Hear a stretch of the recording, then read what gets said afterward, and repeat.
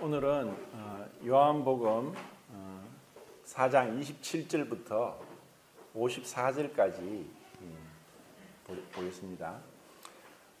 사마리아에서의 주님께서 행하신 사역과 또 이제 갈릴리에서 사역하시는 그 장면인데, 가버나움 신하의 아들을 고치시는 그 구원에 대해서 살펴보겠습니다. 우선 4장 27절부터 42절까지 이제 사마리아 수가성의 여자와 대화하시고, 그 가운데 제자들이 마을에 들어가서 먹을 것을 사가지고 들어온 그 과정이 있습니다. 그런데 그 제자들 중에서 아무도 예수님께서 그 사마리아 여자와 말씀하신 것에 대해서 어떤 말도 질문을 못했습니다. 왜 그랬을까? 그것은 그들이 생각할 때는 이건 있을 수 없는 너무나 파격적인 일이었기 때문에 너무나 그들은 놀랍고 당황했습니다. 그리고 그것에 대해서 한마디도 예수님께 질문할 수 없었습니다. 이러한 것을 우리도 우리 삶 속에서 이러한 일들이 많이 있다고 생각합니다.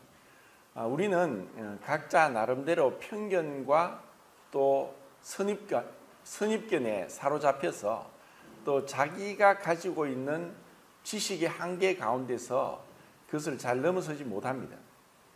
이 당시 유대인들이 생각할 때 사마리아 사람하고 상종도 안 하는데 얼마나 그들을 경멸했으면은 바로 그 길로 통과조차도 하기 싫어해서 요단강을 건너서 빙 둘러서 그렇게 가야 할 정도로 사마리아 사람들은 유대인들의 경멸의 대상이었습니다. 그들을 경멸하고 판단하고 무시하고 외면했던 것입니다. 그런데 예수님은 먼저 그 사마리아로 통행하여야겠다라고 결심하시고 그렇게 작정하시고 가셨다는 것도 그들은 의외였고, 또 마침 그때 식사 때가 되었고 먹을 것이 없었고, 이런 어떤 장면들을 제자들은 모르지만 예수님은 이 모든 걸 알고 의도적으로 계획적으로 그렇게 가셨습니다. 그리고 사마리아 그 여자도 이름을 알 수 없지만 평상시처럼 아무도 없는 대낮에 물을 떠러 우물가에 오는 것을 누구도 몰랐지만 예수님은 이미 다 알고 계셨습니다. 그리고 제자들이 만약에 옆에 있었더라면 그들이 방해가 되었기 때문에 또 예수님께서 그들을 한 사람만 두 사람만 아니라 모두가 다 그 먹을 걸 사러 보내신 것은 예수님께서 한 영혼을 구원하시는 데 있어서 얼마나 신중하게 하셨는가를 보게 됩니다. 유대인들은 또 제자들마저도 이러한 사마리아 여자와 얘기하셨고 계시는 그 예수님을 얼마나 이상하게 생각했겠는가. 분명히 말은 하지 않았지만 많은 생각을 했을 것이라고 짐작할 수 있습니다. 아니, 예수님이 어떻게 또 그들이 일반적인 상식적으로 생각했을 때 보통 여자들이 우물가에 오는 것은 이른 아침에 와서 물을 떠 가서 하루 종일 설물을 가지고 가는 것이 정상인데, 대낮에 물을 떠러 왔다는 것 자체부터 이상하다고 그들은 말하지 않아도 알았을 것입니다. 그런데 그 여자가 어떤 여자인지 몰랐기 때문에 그렇지, 다만 사마리아 여자라는 것밖에 제자들은 아는 것이 없었습니다. 그런데 예수님이 그 여자와 얘기를 하셨고 마친 상황이었고, 제자들이 왔을 때 이상하게 생각했지만 그때 그 여자는 물동이를 버리고 급하게 다시 마을로 들어갔습니다. 자기가 온 목적도 잊어버릴 정도로 그 짧은 대화 가운데 이 사마리아 여자에게 있어서 큰 빛을 보았습니다. 그는 자기의 어떤 일반적인 생활을 모든 걸 잊어버릴 정도로 물동이를 버려두고 그냥 마을로 뛰어 들어갔습니다. 이 가운데 제자들이 예수님께 먹을 것을 드리려고 하니까 난 너희가 알지 못한 양식이 있다. 썩을 양식을 위해 일하지 말고 썩지 않을 양식을 위해 일하라는 말씀을 하십니다. 이러한 그 예수님의 말씀을 통해서 예수님 우리와 똑같은 육체를 입고 계셨고 피곤하고 주리고 목마르고 또 고통을 다 느끼셨지만 우리와 다른 점이 있다면은 우리에게는 영이 있고 혼이 있고 육이 있습니다. 그런데 그 우리의 몸에 그 영과 혼과 육은 분명히 완전 다르지만 한 몸으로 한 인격체로 있기 때문에 이것에 대한 구분은 우리가 너무나 이제 세밀하게 할 수가 없습니다. 분명히 이제 말씀대로 혼과 영과 육이 있다는 것은 우리가 압니다. 그런데 우리는 대부분이 육체에 의해서 혼이나 영이 따라가고 거기에 지배를 받고 있습니다. 아니면은 혼이 우리의 육체나 영을 지배합니다. 거듭난 그리스도인들에게 있어서도 고린도전서에 보면은 육에 속한 자다라고 이야기합니다. 그런데 거듭나지 못한 자를 표현하기를 육으로 난 자라고 했습니다.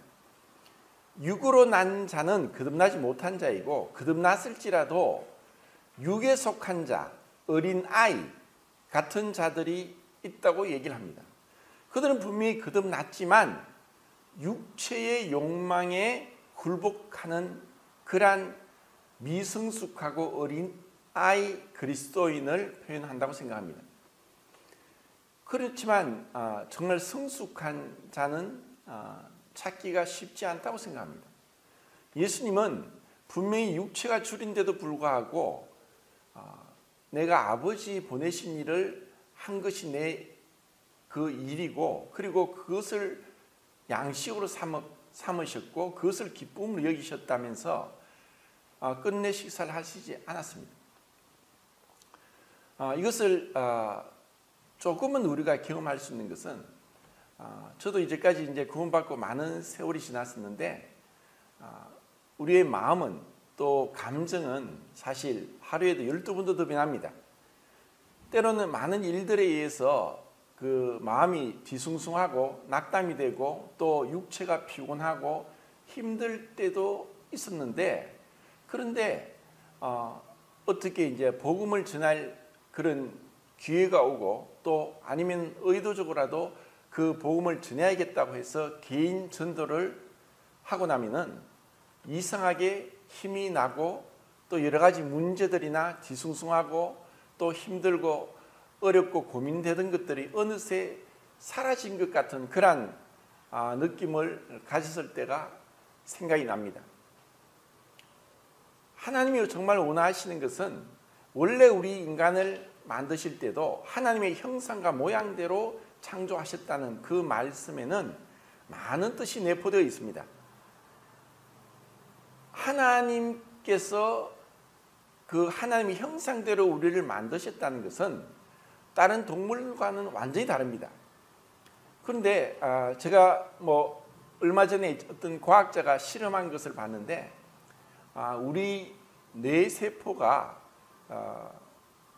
그 시냅스가 있고 또 그 시냅스의 뇌세포의 돌기세포에서 축색돌기에서 신경 전달 물질이 그렇게 이동하면서 생각하고 기억하고 또 판단하고 이런 기능을 하는데 이 뇌의 뇌 조직의 그 구성이 침팬지하고 99% 같답니다. 조금 실망이 많이 되죠. 침팬지하고 99% 같대요. 그런데 그 침팬지와 1% 다른 그 하나의 어떤 호르몬이 있는데 그것을 직접 침팬지가 아니고 그 이제 실험실에서 밖에서 그 인간에게 있는 침팬지에게 없는 그 호르몬을 침팬지 뇌에 주사를 하니까 얼마의 시간이 지나서 이 침팬지 뇌가 사람 뇌처럼 굉장히 복잡하게 그렇게 세포가 분화되면서 그 변화되는 것을 직접 실험했다는 그러한 것을 제가 봤습니다. 하나님께서 우리를 창조하시고 또 그분의 형상대로 만드신 것에는 놀라운 비밀이 있고 우리가 다 그것을 헤아리지 못합니다. 그런데 우리가 이 하나님 말씀에 의해서 이끌림 받고 내가 말씀을 주장하는 것이 아니라 말씀이 나를 주장하고 나갈 때야 그때 비로소 영적인 사람, 영적인 그리스도인, 그래서 영에 충만하고 지배받는 그런 그리스도인으로 살아갈 수 있지만 대부분은 이것에 걸려 넘어집니다. 이 세 가지가 바로 예수님이 40일 동안 줄이시고 마귀에게 시험 받으신 세 가지입니다. 돌을 떡이 되게 해라. 예루살렘 성전에 이끌고 가서 거기서 뛰어내려라. 그러면은 천사가 와서 받쳐주면서 많은 사람들이 보면서 사람들로부터 놀라움을 받고 영웅 대접을 받고 또 존귀와 명예를 얻을 것이다. 그리고 세 번째는 높은 산에 이끌어 가서 천하 만국을 보여주고 내게 절하면 이 모든 영광을 너에게 주겠다. 이 세 가지가 구원받은 그리스도인일지라도 이 육에 대한 정욕과 안목에 대한 정욕, 이생의 자랑, 육과 혼과 영에 대한 그 욕심을 우리가 극복하고 승리하는 것은 쉽지 않습니다. 저는 구원받고 모임생활을 하면서 분명히 구원받았지만 자아가 너무 강해서 드러내는 것을 좋아하고 자기 이름을 은근히 올리는 것을 좋아하고 다른 사람들과 구별시키고 다른 사람들로부터 칭찬받고 이런 것을 지극히 좋아하는 그러한 그리스도인들을 봤습니다. 분명히 구원받은 자임에도 불구하고 그들이 사람들로부터는 명예와 또 감히 하나님이 받으실 영광까지 같이 나누고자 한다는 이러한 그 강한 자아에 대한 욕구를 버리지 못하고 이기지 못할 때 참 그것은 부끄러움이 되고 또 주님 앞에 계산되지 않는다는 것입니다.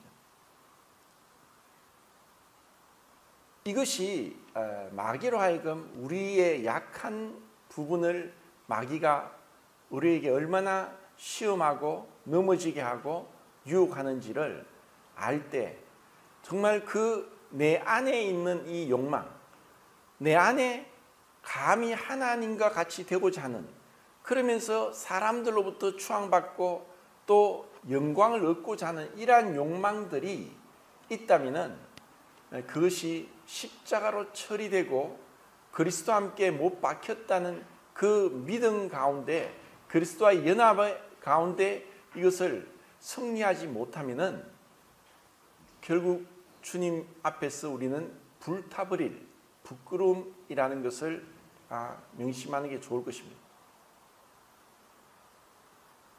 그리고 이제 이 사마리아에서 그 예수님께서 그 제자들과의 이 대화에서 추수할 것은 많대. 이 너희들이 넉 달이 돼야 추수할 것이라고 하지만 지금 추수할 때가 되었다. 그리고 심는 자가 있고 거두는 자가 있다. 그래서 거두는 자는 심는 자가 한 것에 대해서 아무런 노력 없이 거두지만은 그것이 그들의 노력이 아니라 심는 자의 수고가 있었기 때문에 거두는 기쁨을 맛보고 있다라는 말씀을 하면서 우리가 복음을 전하는데 아니면은 주님으로 받은 성령의 은사를 활용하면서 교회를 섬기는 데 있어서 이 은사로 인해서 교만해지고 그리고 다른 사람들과 구별하면서 자기를 드러내고자 할 수 있는 위험에 대해서 주님은 말씀하고 계십니다. 바울은 심는 자나 물 주는 자가 아무것도 아니다.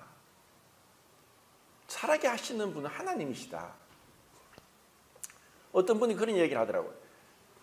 일반 서신에 있는 그 인사말과 바울의 그 서신의 인사말이 다른 것은, 바울은 많은 사람들의 이름을 열거했는데 바울이 그 사도들 가운데 예수님과 함께 제자가 아니었고 이후에 늦게 제자로 사도로 부름을 받았기 때문에 자기는 많은 사람들의 이름을 열거하면서 자기의 어떤 사도직을 변명하기 위한 것이라고 이렇게 이야기하는 사람을 봤는데, 그것은 완전히 잘못된 것입니다. 바울이 조금이라도 내가 사도라는 것을 주장하기 위해서 다른 사람들의 많은 동역자들의 이름을 열거한 것이 아니라, 바울은 내가 혼자 한 것이 아니라 나와 함께 수고하고 동역하고 목숨까지 내걸고 했던 그러한 자들을 함께 하나님 앞에 영광 가운데 나가기를 원했던 그러한 동력이 무엇인지 알았던 것을 그 바울 서신을 통해서 우리가 보게 됩니다. 그런데 우리 인간이 정말 못하는 것은 이 동력이고 함께하는 것입니다. 어떻게 하든 은근슬쩍 자기가 좀 더 드러나고자 하는 그 욕망을 자기는 모를지라도 다른 사람은 압니다. 그리고 그것이 복음을 전하는 데 있어서도 흔히 능력이 있고 은사가 많은 사람들이 마치 자기가 잘해서 복음을 전해서 구원받은 것처럼, 심지어 이렇게 이야기하는 사람도 있습니다. 내가 개인 전도에서 깨어지지 않는 영혼 못 봤다. 내게 데려오너라. 정말 무서운 말을 하는 거예요. 우리는 전도자이지 구원자가 아닙니다. 구원주는 주님이신데 마치 자기가 구원주가 된 것처럼 성경을 좀 알고 또 몇몇 구절을 찾아서 그 여러 명 많은 사람들을 상대해 보니까 그런 노하우도 있고, 그래서 그들을 주님께 인도할 수 있다고 스스로 착각할 수 있습니다. 주님이 주시지 않으면 우리가 할 수 있는 게 아무것도 없습니다. 그리고 한 사람이 북치고 장구치고 하는 것이 아니라 이 복음을 전하는 것도 함께 협력하는 것입니다. 그리고 나에게 주신 은사를 가지고 내가 할 일을 했을 뿐이지 모든 영광은 주님이 받으셔야 한다고 주님께 돌리는 그러한 겸손함이 없다면 우리는 참 어리석은 길로 갈 수 있다는 것입니다. 사람을 자랑하고 자기를 자랑하고 자기를 높이고 이러한 것들이 얼마나 부끄러운 건지 모릅니다. 우리의 모델은 주님이십니다. 주님은 내 뜻을 행하려 온 것이 아니다. 아버지 뜻을 위해서 왔다. 내가 아버지의 보내신 일을 하는 것이 내 일이다. 철저하게 주님께서 그렇게 아버지를 높이면서 아버지께 영광을 돌리는 그러한 삶이 결국 우리가 따라가야 될 삶입니다.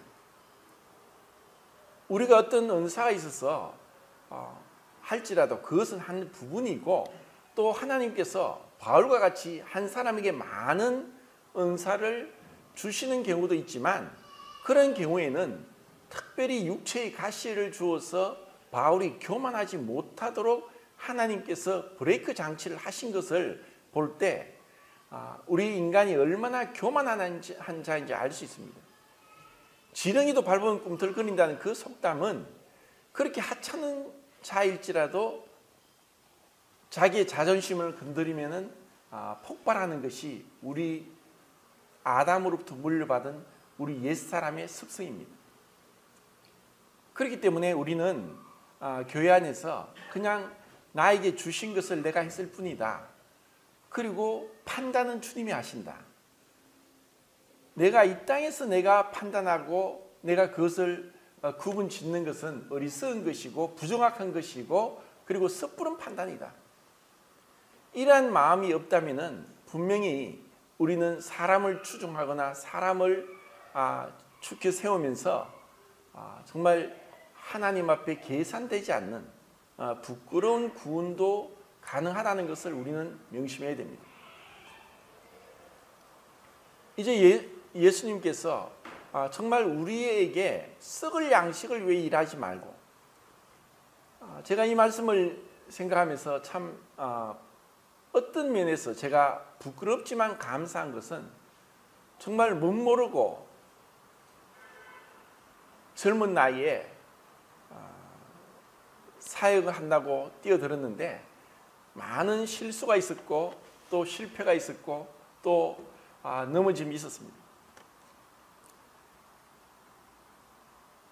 단 한 가지, 주님 말씀을 전하고 말씀을 연구하면서 말씀에 사로잡히겠다는 그 생각밖에 없었습니다.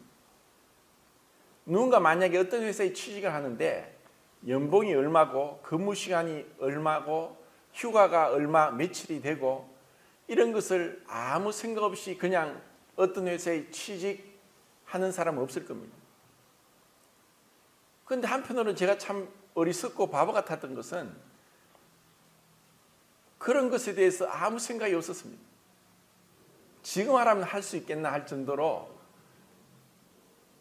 연봉이 얼마고 휴가가 얼마고 근무 시간이 얼마고 이런 것이 아무것도 없이 그냥 말씀만 바라보고 왔습니다.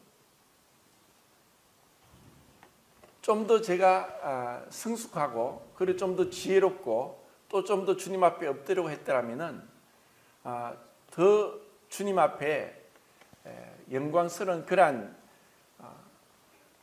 주님 앞에 그런 시간이 되었을 것이지만 그렇지 못했던 것에 대한 후회가 많고 부끄러움이 많습니다.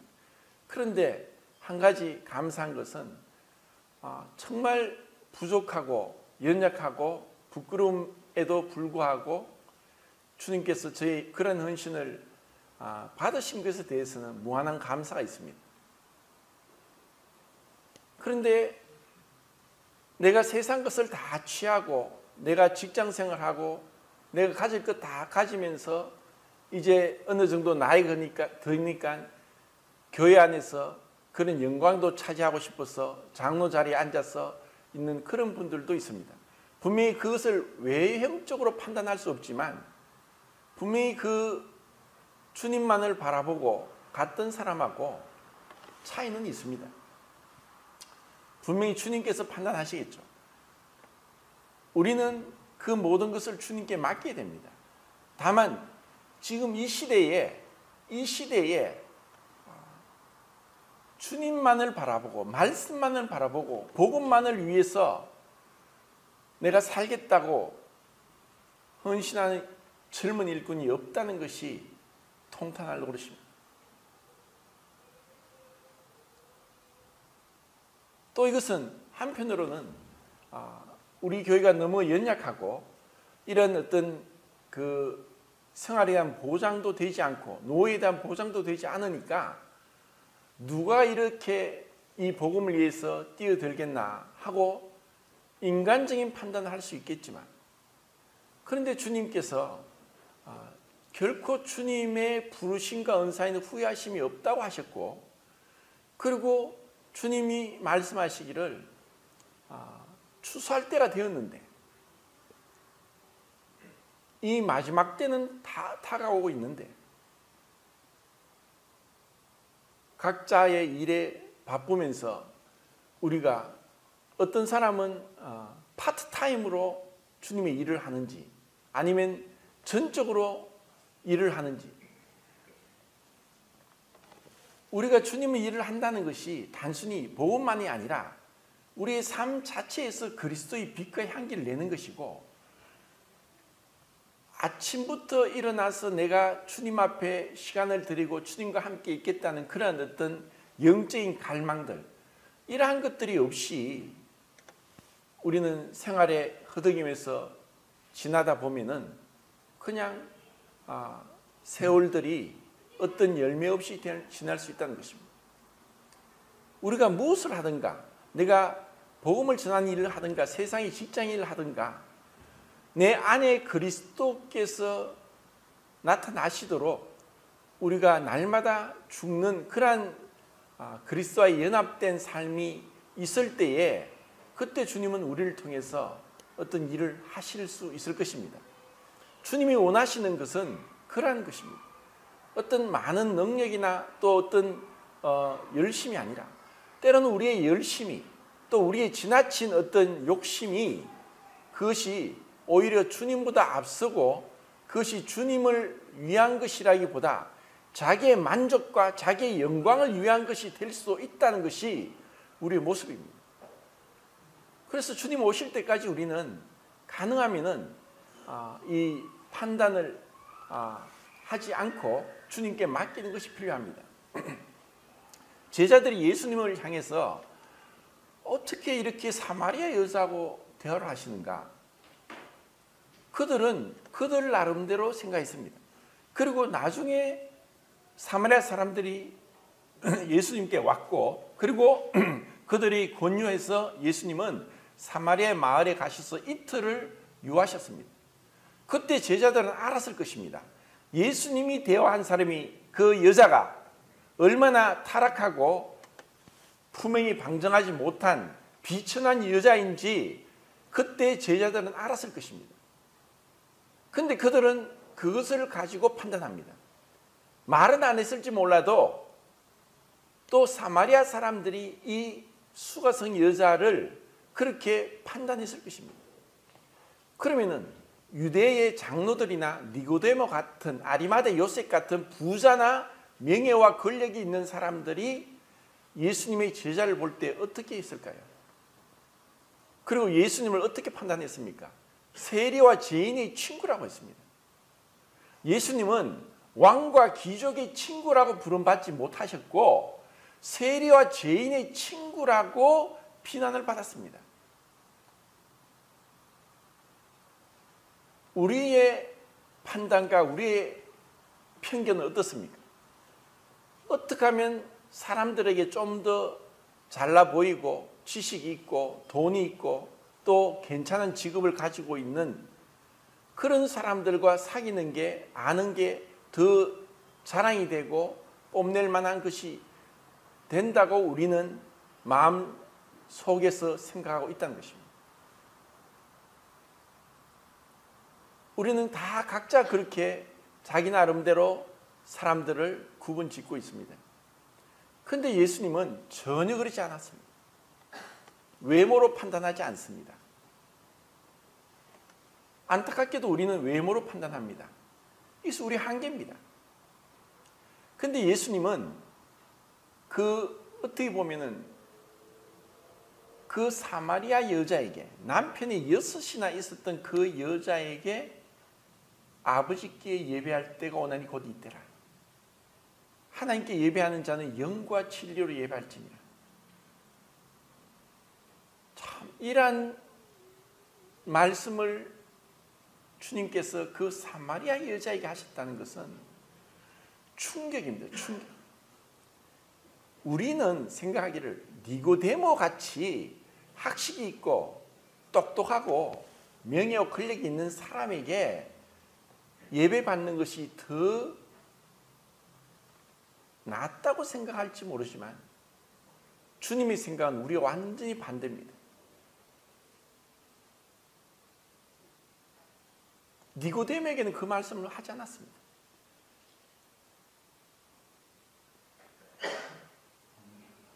예수님께서 예배에 대한 말씀을 이 사마리아 여자에 했고 그리고 이 사마리아 사람들은 유대인들이 상종도 하지 않았던 그러한 자들인데 예수님이 선뜻 그 사마리아 사람을 따라가서 그곳에서 이틀이나 유했다는 것은 제자들도 얼마나 의안이 붕붕했겠습니까? 아니 도대체 이게 무슨 일인가? 우리가 여기 있다니. 거의 700년 이상을 이들을 경멸하고 무시하고 외면했었는데 이제 예수님이 이들과 함께 있으면서 그들에게 이 하나님 나라를 전파하신다는 것을 그들은 직접 경험하면서 얼마나 놀랐겠습니까? 그 C.S. 루이스가 그런 이야기를 했습니다. 우리가 하나님을 믿기 위해서는 자신에 대한 그 파산 선고를 하고 낭패와 공고함과 그 자신의 그 죄악됨을 깨달아야만 하나님을 믿을 수 있다. 사마리아 사람들은 편에서 볼 때 얼마나 외롭고 힘들었겠느냐. 그런데 그들은 야곱을 생각하면서 그 하나님께 예배할 날을 기다리고 구세주 그리스도를 기다리고 있었기 때문에 그들이 그 사마리아 여자가 물동이를 버려두고 와보라, 내가 메시아를 만났다, 그리스도를 만났다, 내가 한 모든 걸 알고 있는 분을 만났다, 이분이 그리스도가 아니냐. 이 사마리아 여자가 자기의 부끄러움을 그냥 다 내보였습니다. 내 과거 알지 않느냐, 내가 그렇게 부끄러운 삶을 살았다, 이런 나의 삶을 알고 있는 분을 만났다, 그분이 나를 만나줬다, 그리고 내가 그분이 나에게 생수를, 그리고 내가 그분께 예배드리는 것을 말씀하셨다. 이것보다 더 삶의 큰 희소식, 복음이 어디 있었겠습니까? 그리고 사마리아 사람들에게 있어서도 그들에게 어떠한 기적도 행하지 않았습니다. 어떤 기적도 행하지 않았는데 예수님이 그곳에 말씀만 전했는데 그들이, 많은 사람들이 예수님을 믿었습니다. 그리고 이제 43절부터 나오는 그 갈릴리에서의 주님의 사역이 나오는데, 그 갈릴리에 대해서는 이사야에서도 나오듯이 마태복음 4장에 12절부터 16절까지 보면은, 한번 읽어보겠습니다. 마태복음 4장 12절부터 16절까지.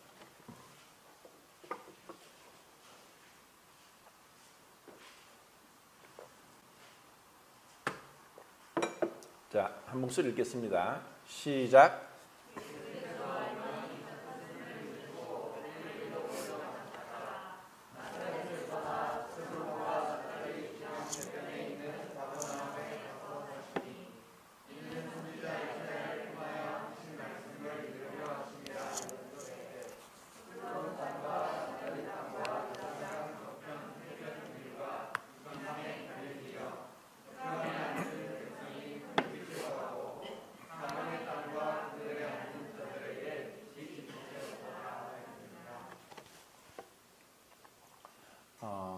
그 갈릴리 지역 스불론과 납달리 땅, 그 이방의 땅이라고 하면서 솔로몬이 죽고 나서 북왕국, 남왕국으로 나눠지고, 그리고 북왕국이 더 일찍 아수르에서 멸망당하면서 그 이방에 의해서 이제 침략을 당하게 됩니다.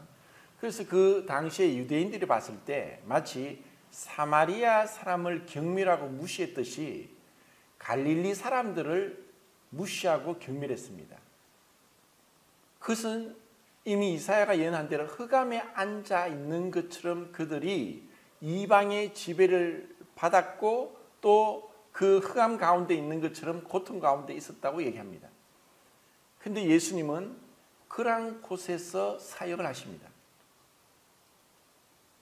우리에게 내가 문제가 있고 내가 참 비참한 죄인이란 것을 모르고서 내 마음이 가난해지고 애통하고 슬퍼하지 않는 이상 그리스도의 소중함을, 존귀함을 알기가 어렵습니다. 이 세상 사람들이 왜 주님을 믿지 않느냐? 자기가 잘난 줄 압니다. 자기가 멋지고 괜찮고 선하고 착한 사람인 줄 착각합니다. 자신의 그 모습을 모르기 때문에 그들이 그리스도를 거절합니다. 그래서 예수님이 오신 것은 세리와 죄인들, 창녀들, 그리고 손가락질 받는 온갖 병자들, 이러한 자들에게 가셨던 것은 그들이 주님을 받아들일 그 상태가 되었기 때문입니다. 그리고 그 갈릴리 지역으로 가시면서 그곳에서 이제 사역이 시작되는데, 이제 이 두 번째 표적이 가나에서 이제 이루어지는데, 그 가버나움의 왕의 신하라고 해서 헤롯 왕의 신하인 것 같고, 그 아들이 병들어 죽을 지경까지 왔고, 그래서 거리가 거의 한 30km 정도 떨어졌는데 그 죽어가는 아들을 위해서 예수님이 예루살렘에서 갈릴리로 오셨다는 소문을 듣고 가나까지 왔습니다. 여기서 이제 두 번째 표적을 얘기하면서 첫 번째 표적과 비교하면서 얘기합니다. 가나에서 예수님이 그 가버나움 신하를 만났는데 그 가버나움 신하가 하는 말이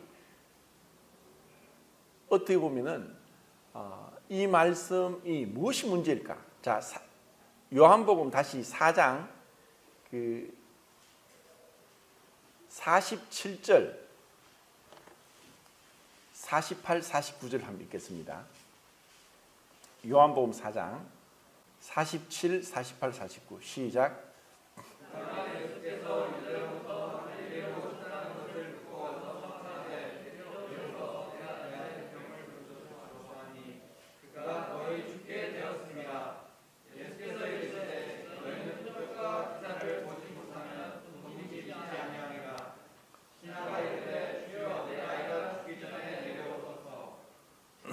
자, 이 가버나움 신하가 얘기하는 것이 뭐가 잘못됐습니까? 어떤 면에서는 그 부승회의 아름다운 모습을 볼 수 있습니다.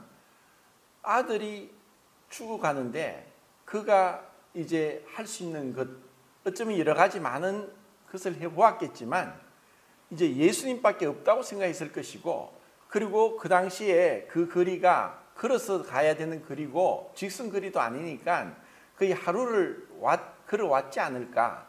그리고 예수님에게 아들을 고쳐달라고, 좀 가서 아들을 좀 고쳐달라고 하는 그러한 이 가버나움 신하의 그 요청에 대해서 무엇이 잘못됐습니까? 무엇이 문제입니까? 예수님은 왜 그를 또 책망하십니까?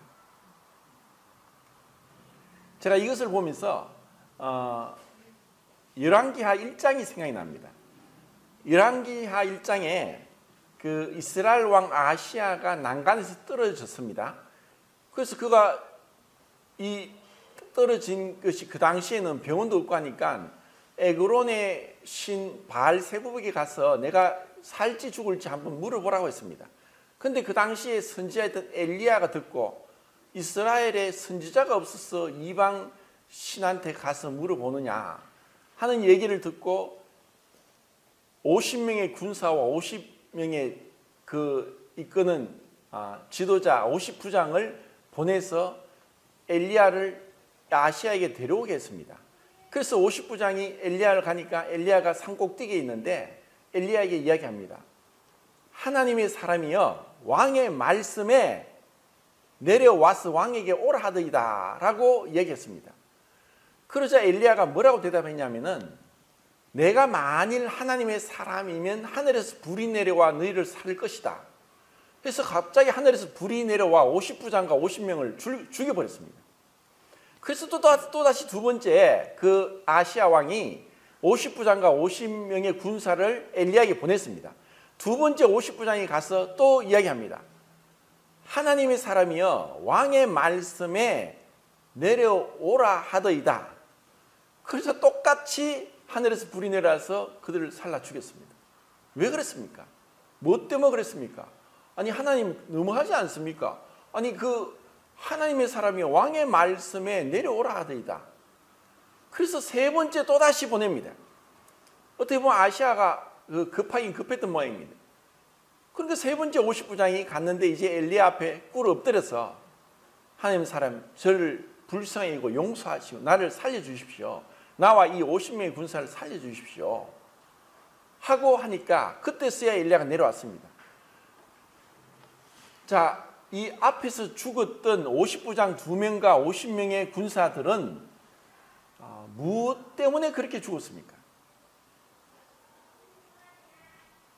이들이 정말 몰랐던 건 뭐냐?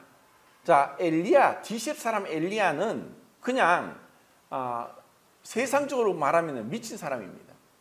밥도 제대로 먹지 않고 일상적인 생활도 하는 것이 아니라 그냥 가죽 옷을 입고 또 허리띠에다가 맨발로 그냥 산에서 그냥 있기 때문에 기인이고 귀한 사람이고 정상적인 사람이 아닙니다.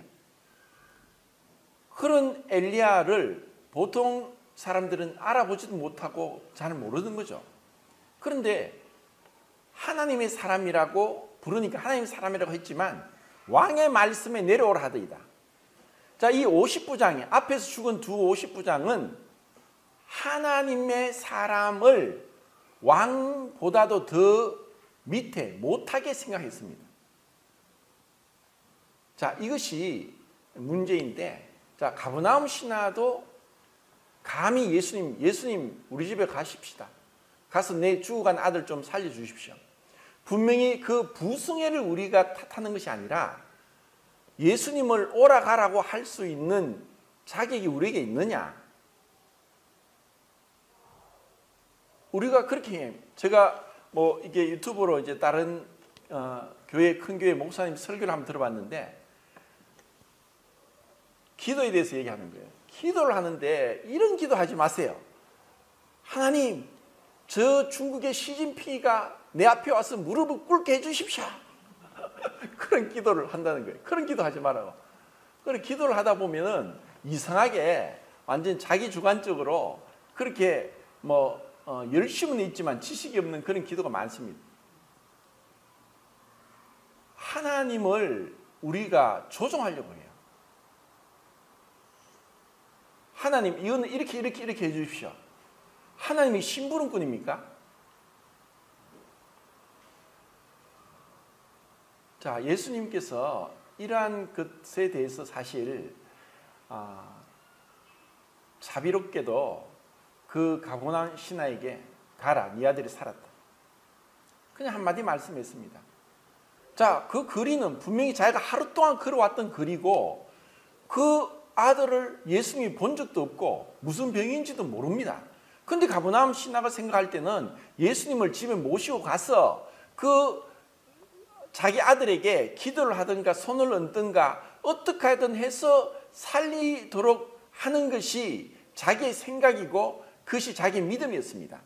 그런데 예수님은 가라, 네 아들이 살았다. 그 말씀을 뭔가 모르게 강압적으로 그 주권적인 그분의 뜻 가운데서 이 가버나움 신하가 다른 말도 못하고 믿고 그냥 돌아갑니다. 그리고 중간에 그 종들을 만나서 아들이 살았습니다. 언제 살았냐? 7시쯤. 그러니까 오후 1시쯤, 어제 오후 1시쯤 살았다. 그러니까 그때 예수님이 말씀하실 때 이미 그 30km 떨어진 자기 집에 있던 아들이 그 말씀 한마디로 살았구나 하는 것을 알게 됩니다. 그래서 그 집안 모든 사람이 믿게 되었다는 것입니다. 결국 우리의 믿음은 나의 어떤 신념, 나의 열심, 나의 어떤 에게 있는 것이 아니라 그 말씀하신 분이 누구냐? 하나님의 선물과 하나님이 이 선물을 네게 생수를 주면 목마르지 않고 영원히 샘솟듯 하리라고 하는 그 말씀을 하시는 분이 누구인지를 알게 될 때 그것이 우리의 믿음이고, 그 믿음은 말씀하시는 그분, 믿음의 대상이 누구인지, 우리가 누구를 믿는지, 그 하나님이 어떤 분인지, 그리스도가 과연 누구인지를 알게 될 때 우리의 믿음이 올바른 믿음이 된다는 것입니다. 그래서 우리의 구원은 바로 그 말씀에 대한 믿음이고, 그리고 그 말씀이 자칫 잘못해서 이 말씀을 얘기하면서 이 말씀을 그냥 말씀이 하나님이다, 그래서 말씀을 믿으면 구원을 받는다 하면서 너무 이것을 지식적으로 전하고 사람의 어떤 그 지식에 이걸 주입을 해서 믿는다고 강요해서 믿는다는 말을 고백을 받아낸다 할지라도 그것이 진짜 구원 받았는지 안 받았는지는 시간이 지나봐야 아는 것입니다. 왜냐하면 우리는 다만 말씀을 사용할 뿐이고 주님께서 그 영혼을 만지시고 만나주시고 그에게 깨달음을 주시고 믿음을 주셔야만 가능하기 때문입니다. 그래서 우리가 가능하면은 누가 교제했는데 저 사람 구원 받았다 이렇게 함부로 말하는 것은 우리가 너무 오버하는 것이고, 그것은 또 자칫 그 가운데 우리의 자랑이 들어갈 수 있는 것입니다. 우리는 전도자입니다. 구원자가 아니죠. 그리고 우리는 하나님 앞에 각자 받은 은사대로 우리가 주님 앞에 충성을 다하는 것일 뿐입니다. 그리고 우리가 그 하나님 말씀에 대해서 얼마나 헌신적으로 한 것인가는 주님 나라 가서 판단할 것이지, 우리가 여기서 외형적으로 드러나는 것으로 판단할 것은 아닌 것이 분명합니다. 그래서 우리는 이런 가운데 늘 자기 자신을 주님 앞에 비춰볼 때 참 부끄럽고 송구스럽고 그리고 참 불충하다는 이러한 우리의 모습을 인정할 수밖에 없고, 그래서 은혜를 구하게 되고, 그리고 오로지 주님께서만 영광을 받으시도록 세례 요한이 그랬듯이 나는 쇠하고 그분은 흥해야 된다. 나는 죽고 그리스도만 드러나야 된다 하는 가운데 우리가 복음을 전해야 되리라고 생각합니다. 정말 우리 마음에 주님 영혼을 불쌍히 여는 마음을 주십시오.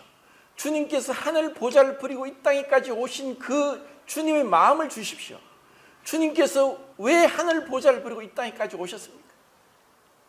그리고 그 육신을 입으시기까지 한 그것이 우리의 구원이고 우리의 어떤 자랑이고 우리의 은혜의 선물인 것은 우리가 분명히 알지만, 우리는 각자 가정에서 또 주위의 사람들 앞에 먼저 구원받은 것은 우리가 그들을 위해 기도하고 전도하고 주님께 인도해야 될 그 책임이 우리에게 있다는 것입니다.